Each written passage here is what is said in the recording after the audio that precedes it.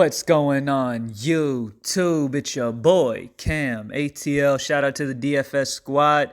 Shout out to everybody watching this video right now. Drop a like down below because I already know you're gonna love it. Subscribe to the channel if you haven't already. Make sure you comment anything down in the comment section to enter your name into the $50 giveaway that I do every single week on this channel. You know what time it is. It's the full slate breakdown for week 7. Earlier on in the week, we built a lineup together, our first look lineup, where we just kind of talked about those guys that we were putting in the lineup. In this video, we're going to talk about everybody that we're interested in. I'm going to try to touch on every single person that we're interested in at every position. And we're just going to go through it, have fun with it, talk it out, and hopefully get you guys on the right track. Greenlightdfs.com to join the squad. Let's go ahead and get it, man. All right. Starting off at quarterback. Number 1 on my quarterback list today in my rankings is Jared Goff. All right, Jared Goff's going against the Atlanta secondary that has been atrocious. They've been giving it up 23, 23, 44, 31. That's their numbers they've given up the last 4 weeks. They're at home the Rams are traveling to Atlanta, going to be in a dome in what should be a shootout game. The Rams running backs are banged up. All right, both of them are banged up right now. Gurley's probably going to play, but both of them are banged up either way, even if they do play. Expect the Rams to rely on the pass game a lot here, and Jared Goff at 6'2" is definitely the guy that I will get a ton of exposure to. I mean, at 6'2", in one of the better matchups for quarterbacks in a dome, that's always something I like to look at. I like to look at if they're in a dome or not, because being in a dome can help quarterbacks out tremendously. Don't have to deal with any bad weather at all. No wind throwing anything off. Just in a dome is always a big plus for quarterbacks. And this matchup cannot get any better against Atlanta. So I absolutely love Jared Goff. Love putting my boy Goff with, you got Cooks, you got Woods, you got Kupp. You can choose any of those guys. Depending on how your money goes, if you can afford Kupp, go ahead and get Kupp. He's an amazing play. If you can't, Robert Woods is probably the next guy I would go with. He's a very good price. We'll get to that when we talk wide receivers. And then Brandon Cooks is right there at a good price as well. Cooks is more reliant on the big play to break out, where Woods gets a little more targets and more of a safe play in cash games outside of Cooper Kupp. All right. Let's go ahead and see who else we got here. Another guy I'm interested in is Josh Allen at home in Buffalo. The only thing that concerns me a little bit with Allen is, will Miami be able to keep this game competitive? I mean, the Vegas total is really lopsided. Buffalo are big favorites here at home in Buffalo.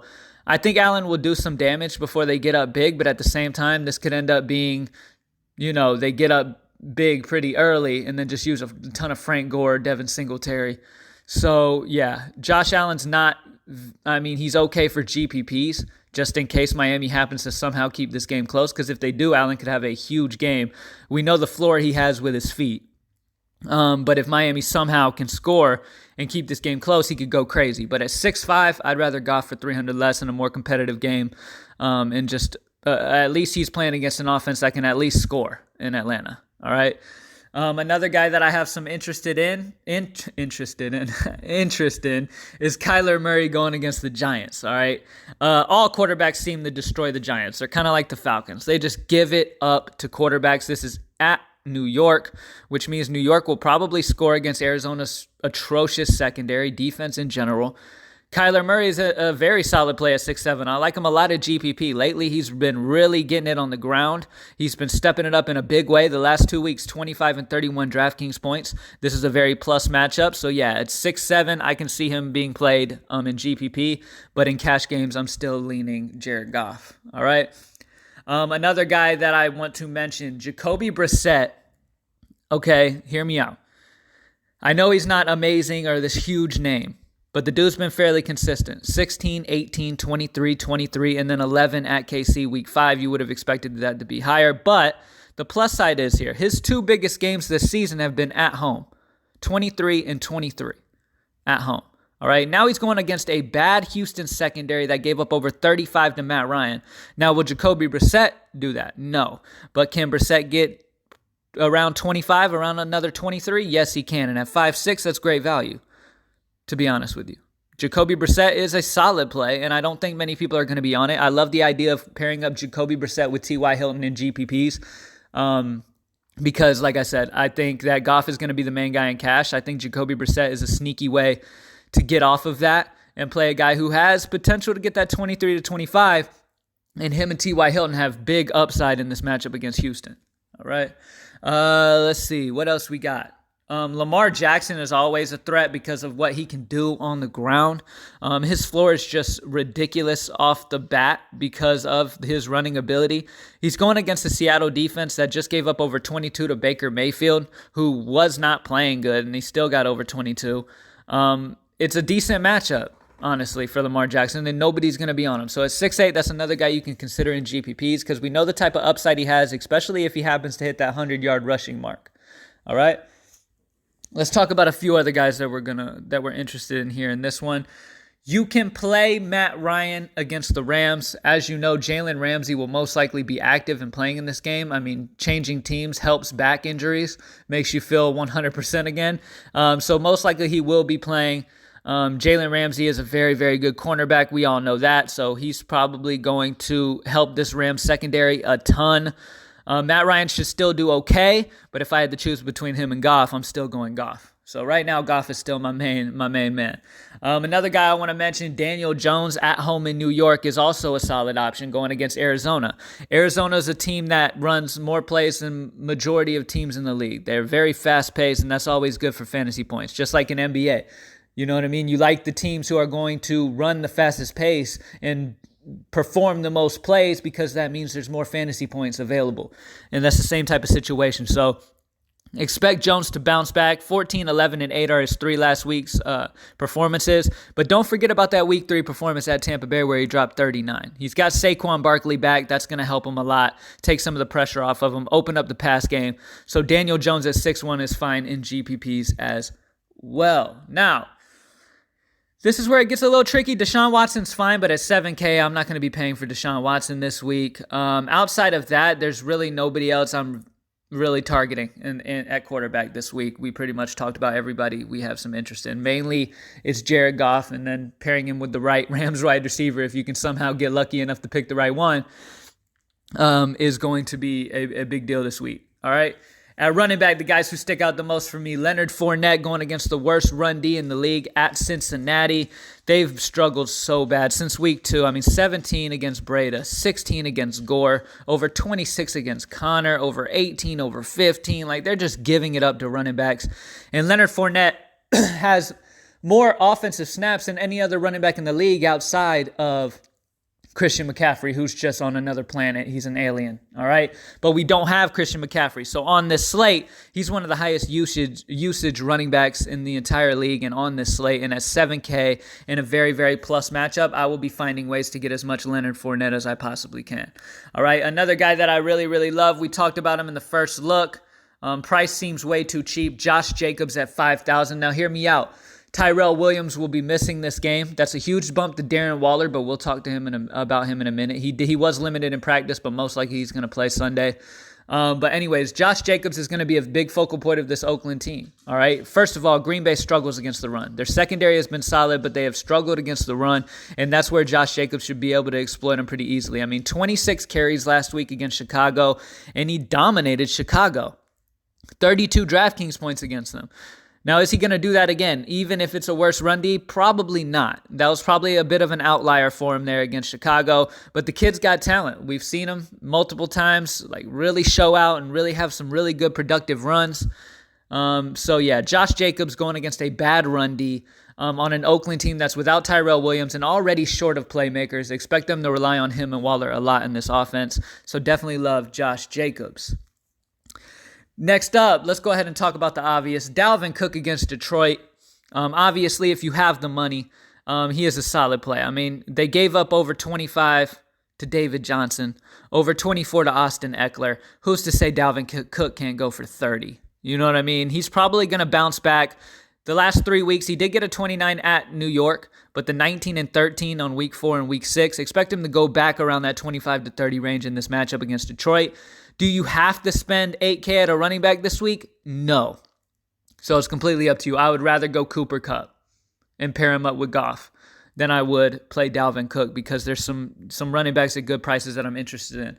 A lot of times this season, actually, we've had moments where there's a lot of 6 to 7K running backs that are in great positions. All right. And speaking of them, we have multiple this week. On the Falcons side this week, Devontae Freeman. Now, we just said the Rams boosted up their secondary with Jalen Ramsey. That's a huge boost to their secondary. Great pickup by them.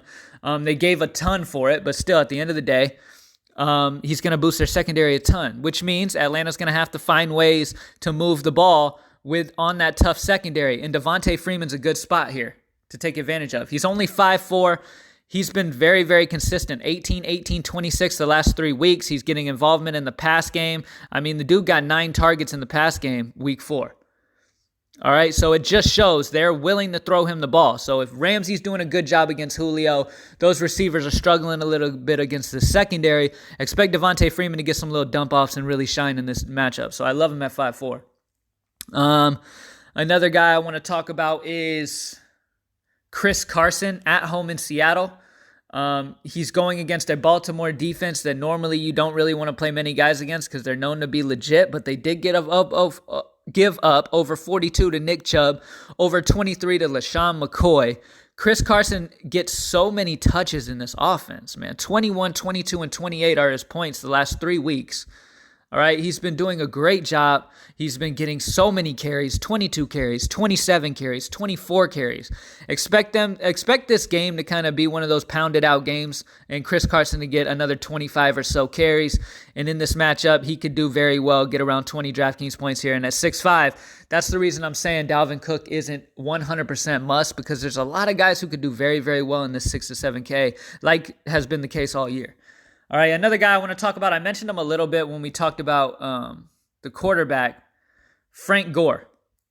Frank Gore is interesting to me here because, honestly, I can see Buffalo getting up early and using a ton of Frank Gore in the run game against Miami. Miami's been bottom in the league against the run. Frank Gore's only 5'2". There's not much chatter about Frank Gore, so I do like the pivot off of some of the other popular-ish names for a guy like Frank Gore in GPPs. Cash games, I wouldn't really worry about it, but yeah. All right, so Frank Gore's a great play against Miami. Game script is perfect for him. They should get up and just run the ball a ton. All right, now let's talk a little bit about Saquon Barkley. He is definitely going to handle a full workload on Sunday against the Cardinals. That is great information. And if I'm paying up at running back, Saquon's probably the way I'm going. All right. The Giants are banged up. Okay. They're missing a bunch of people. And Evan Ingram's going to be back. Saquon Barkley's going to be back. So now, really, they're not missing a ton anymore. Never mind. I apologize for that. Sterling Shepard is going to be out, but at least they're bringing Evan Ingram back. This offense in general is going to move a lot smoother now with Saquon back. All right. Like I said, it's definitely going to help Daniel Jones with a threat of a run game to open up the pass. Okay. So Saquon Barkley is an amazing play. At the same time as well, Evan Ingram's a great play. We know how Arizona's given up a ton to tight end, but we'll talk about it in a second. I don't want to get off track. All right. Any other running backs I want to talk about? David Johnson. He's been dealing with some lingering issues, but at the same time, the dude went off for 28 DraftKings points last week. He's getting so many targets in the pass game and full point PPR on DraftKings. He's always a very solid play. He is 7'8", though, and like I said, there's so many guys around that range that are great plays this week. I still would rather Dalvin Cook at 8K over David Johnson for the $200 difference, just because Dalvin's just in an offense that loves to run the fucking ball.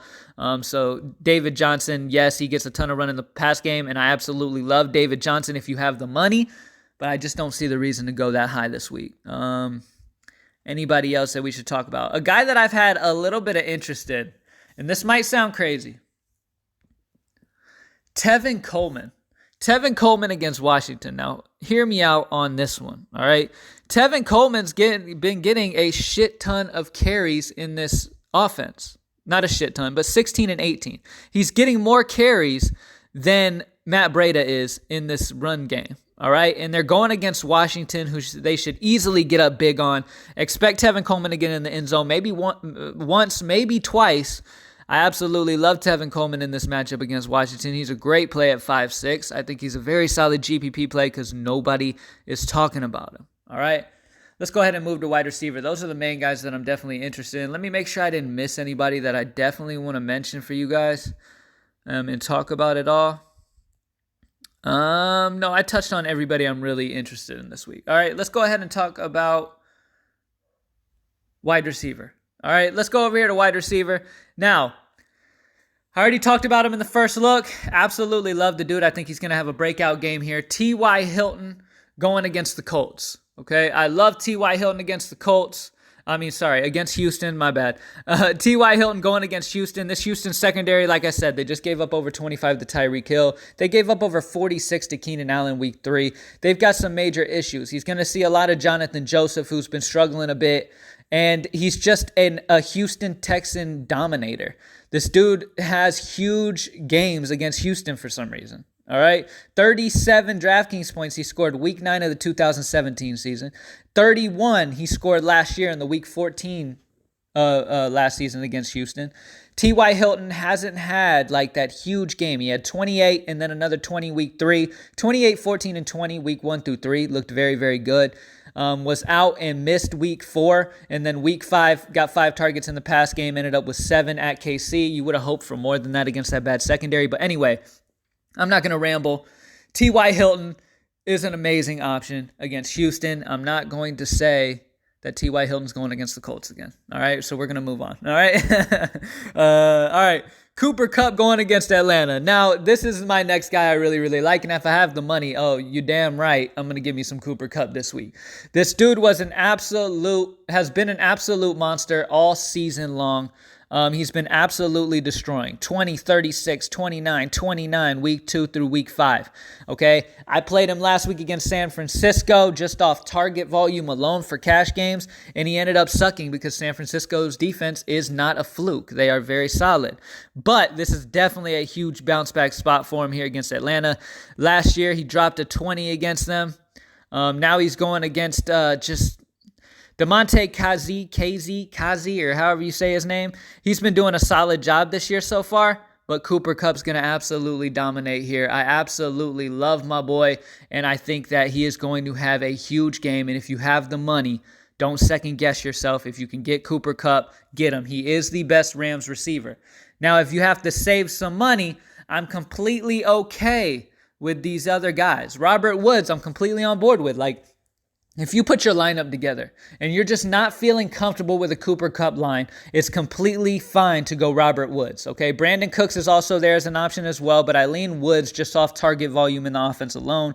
In a great matchup against a team, Kendall Sheffield, who covers our wide receiver twos for the Falcons, has been giving it up. Gave up over 56 to Will Fuller week 5, over 24 to A.J. Brown, over 27 to Aguilar.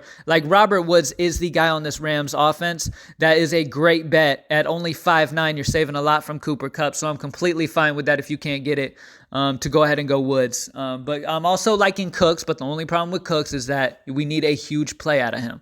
You know what I mean? He's kind of a deep field threat, and we're hoping for that big bomb. So I'm leaning Woods and Kupp as my main Ram targets that I like. But Cooks is only 5'4", so that's a great price for him. All right. Another guy that I want to talk about is John Brown. He's going against this Miami secondary. They've been atrocious, man. And John Brown's been super consistent this season. His lowest performance was week 3 with a 9 against Cincinnati. That is very, very solid. At 5'5", he's going against, a Miami secondary that just gave up over 29 to McLaurin, gave up over 26 to Amari Cooper week 3. They struggle a lot. Question is, does Buffalo get up early and use a ton of Frank Gore, Devin Singletary like I've talked about? Is there a need for them to throw it a ton? Either way, I think Brown is going to be, if they get up big, I think Brown's going to be a part of that. I think he's a solid option at 5'5" for a salary saver. All right.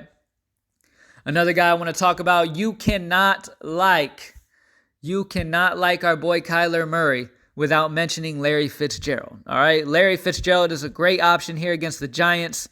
They've been giving it up a ton to receivers this year. I absolutely love Larry Fitzgerald in this matchup. Expect him to destroy, and at 6'1", if you can get him in there, he's a great play. All right, some other guys. I think that this guy could be very sneaky for my Atlanta Falcons, Calvin Ridley. They are at home in Atlanta, and like I said, they have Jalen Ramsey now, okay, which they're probably going to have him a ton on Julio Jones, all right? Now, that's going to open up some for Calvin Ridley, all right? Calvin Ridley's going to see a lot of Troy Hill, all right? Troy Hill is the cornerback that gave up over 44 to Chris Godwin week 4. All right. Calvin Ridley in GPPs. I like him a lot. All right. Another side that I definitely like that I think a lot of people are going to be off of because Minnesota's defense is known to be pretty decent. But Kenny Golladay and Marvin Jones are both in play here to me. Let's go ahead and open up Kenny Golladay. Kenny Golladay and Marvin Jones, Detroit passes the ball so much. They don't trust their run game. All right. So they pass the ball so much. All right. They are at home in Detroit. Kenny Golladay has been an absolute beast. All right. He's had one down game all season, and that was week 3 at Philly for 3 points. All right. Other than that, 14, 28, 23, and 20. The dude's averaging like 20 points. He's killing. Now he's going against a Minnesota team. He's going to see a lot of Trey Waynes, who just gave up over 23 to Alshon Jeffrey week 6. All right. So I definitely think that Kenny Golladay and Marvin Jones are in play. And I'm hoping they're lowish owned because both of those guys are very good prices for a team that loves to throw the ball. All right. Now, real quick, before I forget, I want to talk about something real quick. Devontae Adams, Scantling, and Geronimo Allison have not practiced this week. All right. And I'm recording this Thursday night. It will be posted on YouTube Friday morning. All right. As of now, Thursday night, Devontae Adams, Scantling, and Allison have not practiced. Okay. If they don't play, Allen Lazard at Bearman 3000. Now let's not go around and start. Obviously, a lot of people are going to watch this video, but let's not go around and start just announcing this to everybody. You know what I mean? Let's try to keep it as low key as we can. Obviously, we're hoping people sleep on it and don't catch on because there are some solid wide receiver options this week. But Allen Lazard in that fourth quarter did very well. 5 targets, 4 catches, 65 yards. And to top it off, Aaron Rodgers told them he wanted Lazard in the fourth quarter to make that comeback. Rodgers was the one who wanted Lazard out there and was targeting him a ton. And remember, all of that damage happened in the fourth quarter. Okay? If Scantling, Allison, and Adams are out, okay, they're going to need somebody to step up. And Lazard looks like the guy that Rodgers trusts in this pass game right now. And at 3,000 against the bottom in the league Oakland Raiders secondary, I definitely love Allen Lazard. I'm hoping people sleep on him. I'm hoping these Green Bay guys miss so we can take advantage of that amazing value. So, yeah, I mean, obviously, you could also look at it another way. Oh, the run game's going to be great. Aaron Jones, Jamal Williams. The only issue here with that is that Jamal Williams is back. So Aaron Jones is not going to get a million carries like we saw without Jamal Williams. With Jamal Williams there, they split that load fairly well, and Aaron Jones gets a huge hit with Jamal Williams in. Okay? So the guy I'm leaning towards is Allen Lazard. Absolutely love that dude. I wanted to mention him, so I made sure I didn't forget. Who else do I want to talk about real quick?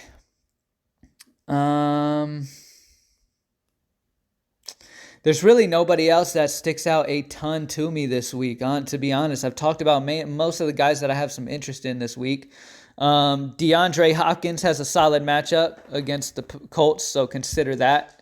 We've got DJ Chark, who's an okay option, but 6K, they're smoking crack at 6,000. I think I'm playing DJ Chark at 6,000. I'm not doing it. But yeah, so the value of Lazard, amazing option. And then obviously T.Y. Hilton, Cooper Kupp, Robert Woods, Brandon Cooks, Larry Fitzgerald, Calvin Ridley, John Brown, Kenny Golladay, the other homeboy from the team, what was his name? Why am I blanking right now? Marvin Jones, you know what I'm saying? Like, these guys are solid options. All of these guys. There's a ton of little wide receiver guys between that, like around that 6K range, and then Kupp at 7.4 is an amazing option as well, obviously. But yeah, so that's about it for wide receiver. Let's talk tight end real quick. Now, at tight end, my main guy that I'm going with is Darren Waller. Now, like I said, he did miss practice. He was limited at practice Thursday. He didn't miss. He was limited at practice. I would expect him. Now, it's not great news to see him pop up on the injury list towards the end of the week, but I expect him to play here. They're without Tyrell Williams in a matchup against Green Bay, who Green Bay is favored. Oakland's going to have to throw the ball here at Green Bay. I think Waller is going to go back to being super heavily targeted. Okay, like the dude is an elite wide receiver when it comes to target volume in this offense. So Darren Waller at 4.7, I absolutely love him, and I will definitely be going that way with Tyrell Williams out.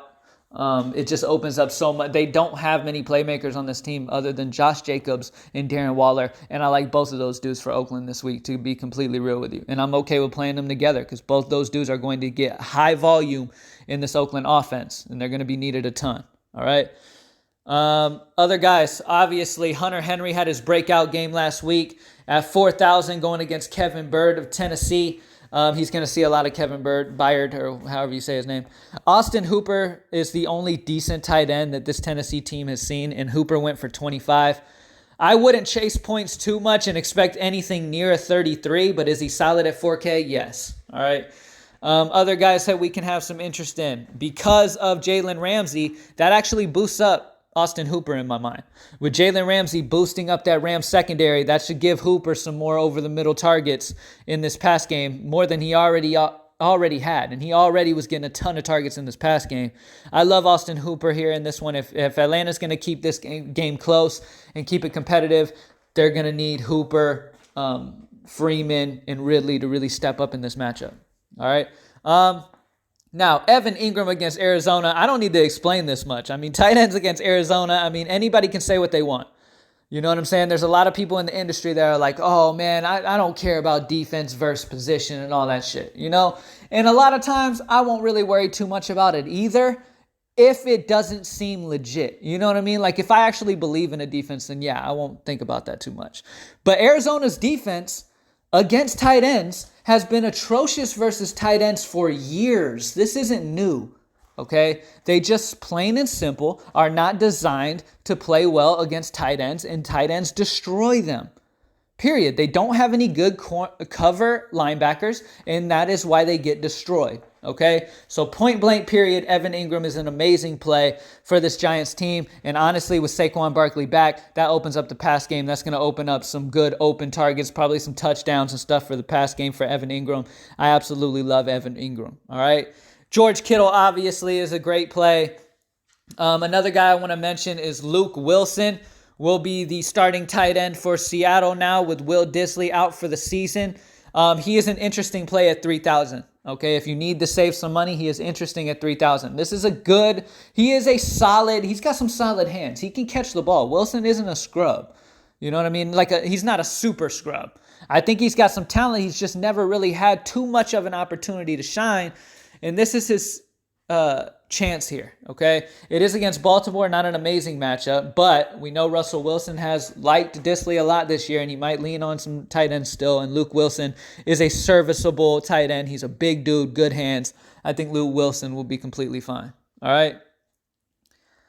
Outside of that, last guy I'm going to talk about is Mark Andrews for Baltimore. This guy is a loved target for Lamar Jackson going against Seattle. It's not an ideal matchup, but if Vance McDonald week 2 can go for over 22 DraftKings points, then Mark Andrews sure as hell can too. At 4.9, I would rather Mark Henry or Darren Waller. I would definitely rather Waller over Andrews, though, for only 200 less in an offense that relies on him so much for volume. Like, he gets so much volume in that offense. I would rather have Darren Waller over him. So Waller is my favorite tight end overall with Tyrell Williams out going against Green Bay. I mean, they don't have anybody else. Jacobs and Waller are going to have to do everything, and I am okay with having them in the same lineup like I've talked about. All right, let's talk about defenses real quick, and then I'll let you out. Bills defense and the 49ers defense are by far the best defenses on the slate. The question is, are you going to have the money to really pay for them? Now, if Lazard ends up being that breakout value, then you will, and I prefer to just go that route, okay? But if it ends up that Adams and Scantling and Allison all come back and start practicing and Lazard's no longer value, then you're going to have to save it defense. But I'm expecting Lazard to be amazing value this week, to be honest. With these guys not practicing yet and still struggling to get back, I think Lazard's going to be tremendous value, and I think we're going to have that there at wide receiver, and that's going to allow us to pay up for a secure defense. And the Bills defense and the 49ers defense are the two defenses I really, really love here. All right, the 49ers are going against Washington, a very bad football team, okay? San Francisco's defense has been absolutely legit, all right? They scored a huge 27 at Tampa Bay week 1, 19 and 10 the last 3 weeks. Like, they've just been dominating, All right, they have been very, very good. They have not been allowing many points. The defense has been ridiculous. And going against Washington, they are going to smash them. All right, Buffalo Bills are going against Miami, and they've been solid as well. If I had to lean away, I'd probably lean a little bit on... That's tough. Probably Bills, because the Bills are at home going against horrible Miami. Let's be real. I love the Bills when they're at home, and they have huge potential here at home. 49ers are on the road, so that's the only reason I'm leaning the Bills slightly when it comes to pay-up defenses. Outside of that, let's talk about guys who could possibly be stream-worthy defenses if Lazard is not amazing value to play. All right? Guys that I'm interested in, defenses that I'm interested in, and it might sound crazy, but when you're punting defense, it really doesn't matter, okay? Let's talk about the Indianapolis Colts. Houston Texans their offense has been firing on all cylinders. They have been absolutely dominating. And do I think the Colts are going to do amazing? No. Can they hit value at 2,000? Sure, okay? The Colts are at home in Indianapolis. Look at their game log. They've been okay. They haven't really faced any they faced at KC, they got 10. That's a great look. They've been getting a ton of sacks. That's another thing that looks good for me. You know what I mean? Because this offensive line for Houston's been struggling a little bit. And why I can see Watson getting sacked a good amount here in this matchup with the Colts. They've been sacking guys like crazy this year. All right, they've got 21 sacks so far this year. They've been doing very, very well getting to the quarterback. So at 2,000, I think the sacks can get them value at only 2,000. That's really the only defense I'd be willing to stream down at the very bottom, and it's still very, very risky. In no way am I saying that's an awesome play. I'm just saying they're a $2,000 defense going against a team that gives up sacks, and they're a defense that have been getting sacks. That's all I'm saying, and they're only 2,000. Are they going to allow points? Hell yeah. Okay, but are they going to be able to get some sacks and stuff to get some decent points at 2,000 price tag? Probably. All right, but I'm leaning Bills and 49ers with the Lazard value that most likely we're going to have on the slate, but obviously keep an eye on it. Thank you guys for joining me as always, man. I hope I was able to touch on everything you guys want. Hopefully I didn't miss anybody you guys are interested in, but if I did, talk about them in the comment section. Make sure you comment anything down in the comment section to enter your name into the $50 giveaway. Drop a like down below, subscribe to the channel, and greenlightdfs.com to join the squad. Thank you guys as always, man. I'm out.